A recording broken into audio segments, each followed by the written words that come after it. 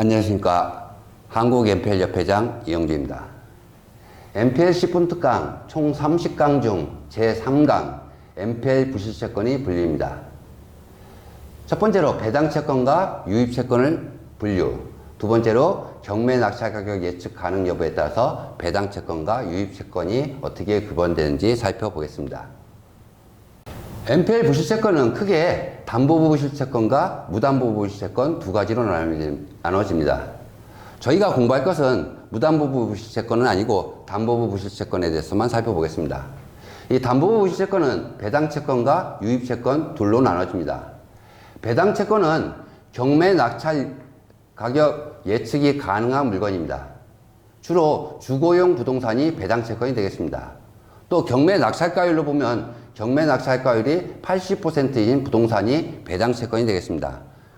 따라서 배당채권은 주로 주거용 부동산이면서 경매 낙찰가율이 80%인 부동산들이 대부분 배당채권이 된다고 생각하시면 되겠습니다.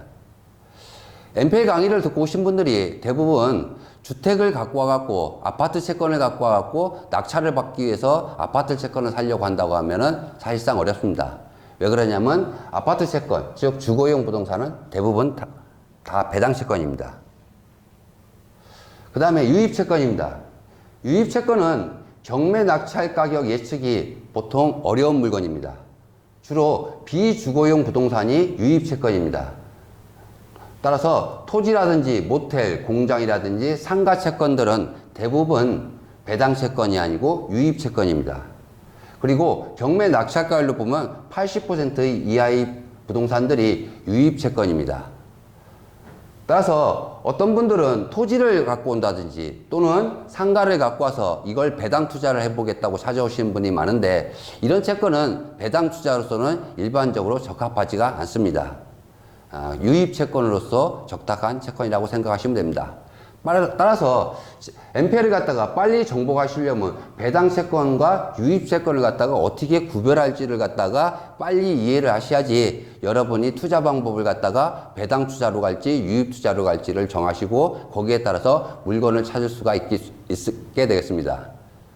대부분들이 이 채권을 갖다가 구별을 못 해갖고 경매로 나와 있는 물건을 갖다가 아무 물건이나 갖고 와서 배당 투자를 하겠다 또는 유입 투자를 하겠다고 찾아오시는 경우가 있는데 그렇게 보면 대부분 살 수 없는 채권들이 대부분 많습니다. 따라서 요거를 갖다가 빨리 구별을 하시고 배당 채권과 유입 채권의 특징을 갖다가 이해하시는 게 빨리 MPL을 정복하는 길입니다. 다만 주거용 부동산 중에서 풀로 나온 채권이 있습니다. 가령 주거용 부동산인데 시행을 하다가 부도가 난 물건, 가령 연립주택이 8채가 나왔다든지 10채가 났다든지 이렇게 풀로 나온 채권이 있습니다. 이런 채권은 주거용 부동산이지만 배당 채권은 아니고 보통 대부분 유입 채권으로 가야 됩니다.